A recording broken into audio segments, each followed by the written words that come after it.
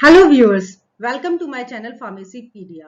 Today we are going to study another topic from the subject cosmetics and cosmeceuticals, that is about the soaps. They are along with a very interesting topic. So let us start. Soaps are basically excluded from the list of cosmetic drugs and another set of regulations are applicable over them. Soaps are specifically excluded from cosmetics and Food and Drug Cosmetics Act are not applicable to the soaps. The Romans used a type of clay found near the Rome, which is known as the sapo, from which the word soap is being derived. So we got the soap word from the clay known as the sapo in the Rome era. So soap basically consists of sodium salt or potassium hydroxide salt along with the long chain fatty acids and obtained after a process known as the saponification process. So there are few things which needs to be considered while trying to understand about the soap manufacturing process. So the normal pH of the skin is acidic. It lies into the range of 4.5 to 6.5. So when we use the normal soaps which are being manufactured from the sodium hydroxide or potassium hydroxide, we are basically raising the pH of the soap to a higher raising to a more higher range like 9 to 10. So when we are raising from 4 to 9, basically the skin feels more dry and we have a more itchy sort of the feeling which is causing a continuous discomfort. So modern techniques involves the incorporation of substances, incorporations of techniques whereby we try to remain the pH within the acidic range only, so that we don't feel this kind of the discomfort. So there is another category known as the scented bars, whereby we are actually limiting the pH range within 4 to 6.5, thereby removing that itchiness feeling, and you have a better skin feel. Common detergents which are being used in the bar type of the cleanser are like sodium cacoate, sodium taloate, sodium isothione. This is the certain category whereby you see there are n number of other common detergents which are being used in the bar type of the cleanser. Now there we should understand the special additives which are being added into the soap while manufacturing process for to attain certain desired attributes and properties. For example, we add sucrose and glycerin when we desire to produce a transparent bar. You must have seen the baby bath soap which are very much transparent. So that incorporates humectants like glycerin, humectants like sucrose, which is giving this feature. Then when we want to produce a castile soap, we use in olive oils, various edible oils like olive oils, which is having the enhanced properties. Now when we manufacture the medicated soaps, we use various types of the ingredients like triclosan is basically a preservative which is being added to medicated soaps to have the antibacterial action, for prolonging the shelf life, for prolonging the preservative efficacy.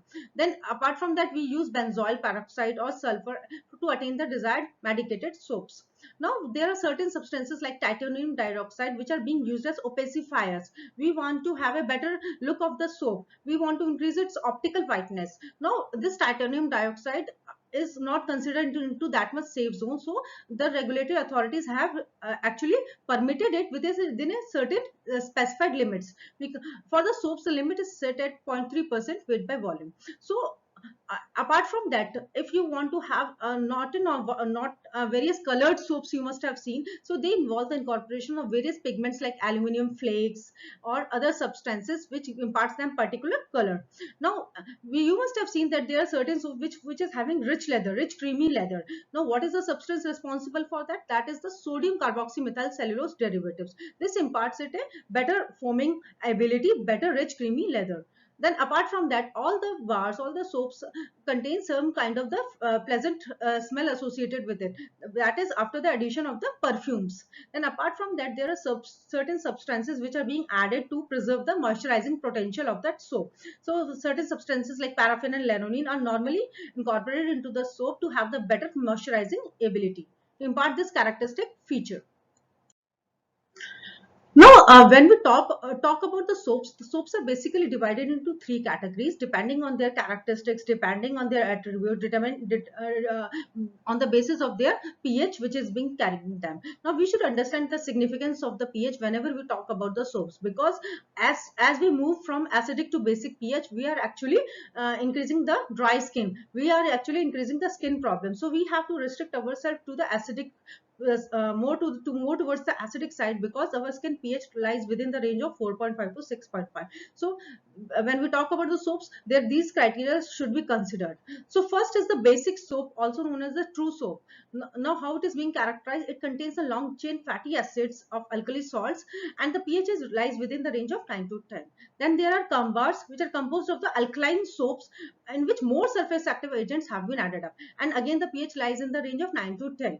Now there comes the third category. This is more advanced category, also known as the syndet. Syndet basically means synthetic detergents. Now you will be surprised here to know that it is actually a less soap in a soap. How come it is that? Because we are hereby maintaining the pH within the acidic range of the skin, like 5.5 to 7. So what we are actually doing, we are utilizing more substances, more synthetic detergents, more fillers to have the restricted pH range. It comprises, it is less harsh towards the skin and more soft towards the skin. So this kind of the soap is being preferred by the people these days to have a better skin feel. So now the purpose in developing the new synthetic detergents is to provide a product, or a product which is less irritating to the skin than as compared to the traditional soaps. Now the basic soaps are again further divided into three categories. First is the glycerin soap or the transparent bars. As I have discussed earlier, when we talk about the baby soaps, we are more concerned with a more clear soap, which is making having a good feel to the little infants. So they are being used in the winters because they preserve the natural moisture of the skin. They are a little bit acid, they are not harsh towards the skin, and also prevents the drying effects, because in winters usually the dryness increases, and if we use the normal kind of the soap, we are having better harsh effects over the skin. Second comes the superfatted soaps. As the name suggests, they contain more amount of the lipid content such as triglycerides, lanolin, paraffin, stearic acid, or mineral oil. These edible oils are basically giving that more oily feel, which is having the better feel. Then third is the deodorant or antibacterial soap. So depending on the requirement, deodorant soap, as the name indicate, you want to have a better smelling characteristics, you want to have a better perfumed characteristics. So more inclusion of more perfumes. And when we talk about the antibacterial soaps, like in case of like toothpaste and other products, you have utilized triclosan. Triclosan is a preservative which is being added, having antibacterial properties. So if you want to have a medicated soap, triclosan is being incorporated to have the more antibacterial property, which is being desired in more in summers. Now, the whole process of soap manufacturing involves a saponification. What is this saponification? We are basically adding sodium hydroxide or potassium hydroxide to the edible oils, either derived from the vegetable origin or from the animal fat. Now when this is being when they are being mixed up at elevated temperature, saponification process takes place, and we result into the formation of an alcohol or the salt of the carboxylic acid. So now this alcohol in the form of the glycerol is being generated in the saponification process, and this glycerin is later on removed after the process. So you will be surprised to know here that this glycerin is actually then used in the high-end cosmetic products. It is a byproduct manufactured during the soap manufacturing process. And the long chain of fatty acid carboxylic acid is again a chain consisting of both the polar and non-polar ends. So all the dust and grime gets attached to the hydrocarbon chain, and polar end gets attached to the water. So when we rinse the soap, we are actually getting the cleaning effect out of that. Now the whole process of soap manufacturing involves five basic processes. First is the bar soap manufacturing process, which on an industrial scale. Second is the detergent manufacturing process. Third is the liquid detergent manufacturing process. Fourth is the packaging process, and last one is the manufacturing process flow solutions. So as per today's scenario, you must have seen there is like presence of liquid detergents which are being preferred over the normal detergents. Packaging process have altogether changed. So different types of operations being held up at the industrial level. They are basically, when we talk about the normal soap manufacturing, we are bar soap manufacturing. Two processes have been utilized. First is the cold process, and second is the hot process. So as the name suggests, cold process means the saponification is allowed at the normal room temperature. So when it is being allowed at the normal room temperature, it takes a long time, and the saponification process is delayed, and you get at least minimum 3 to 4 weeks to get the hard soap bars. When we talk about the hot process, as the name indicates, both the hydroxide and the edible oils are being heated up first, and then the saponification process takes place. So in this process we get soap instantly, and that time period is being reduced out.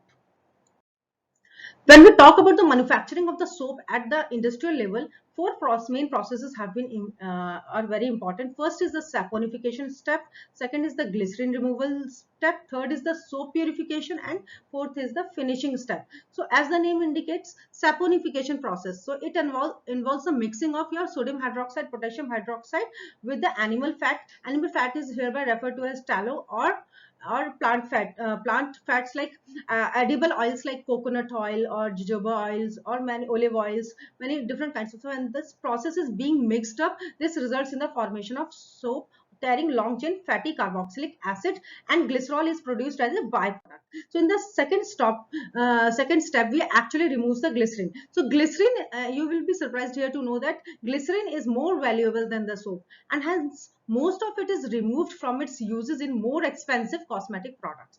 Glycerin is here a byproduct. Some of the glycerin which is left is further removed by adding the salt. So what happens when salt is being added up?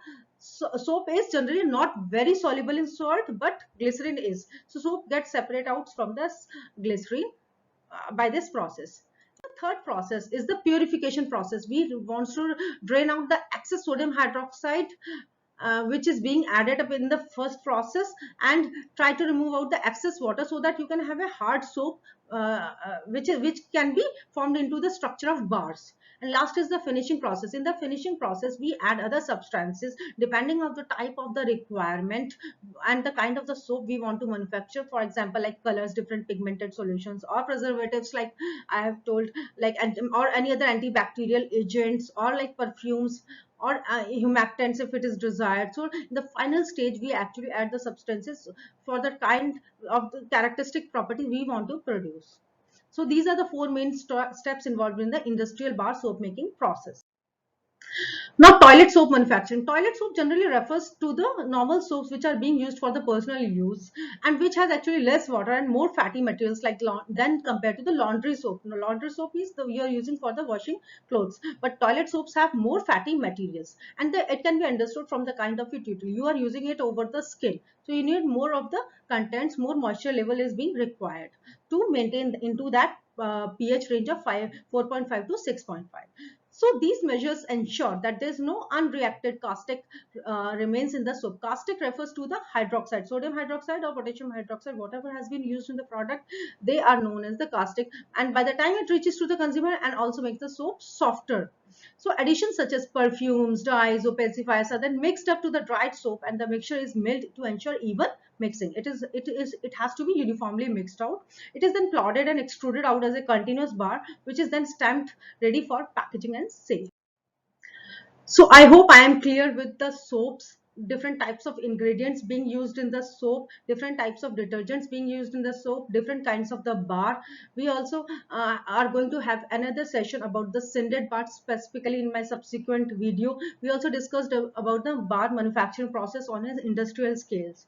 I hope I am clear and make you some make enhance your knowledge about the soaps. Friends, in case you have any query, you can comment in the comment box. Please do like, share and subscribe to my channel. Thank you so much.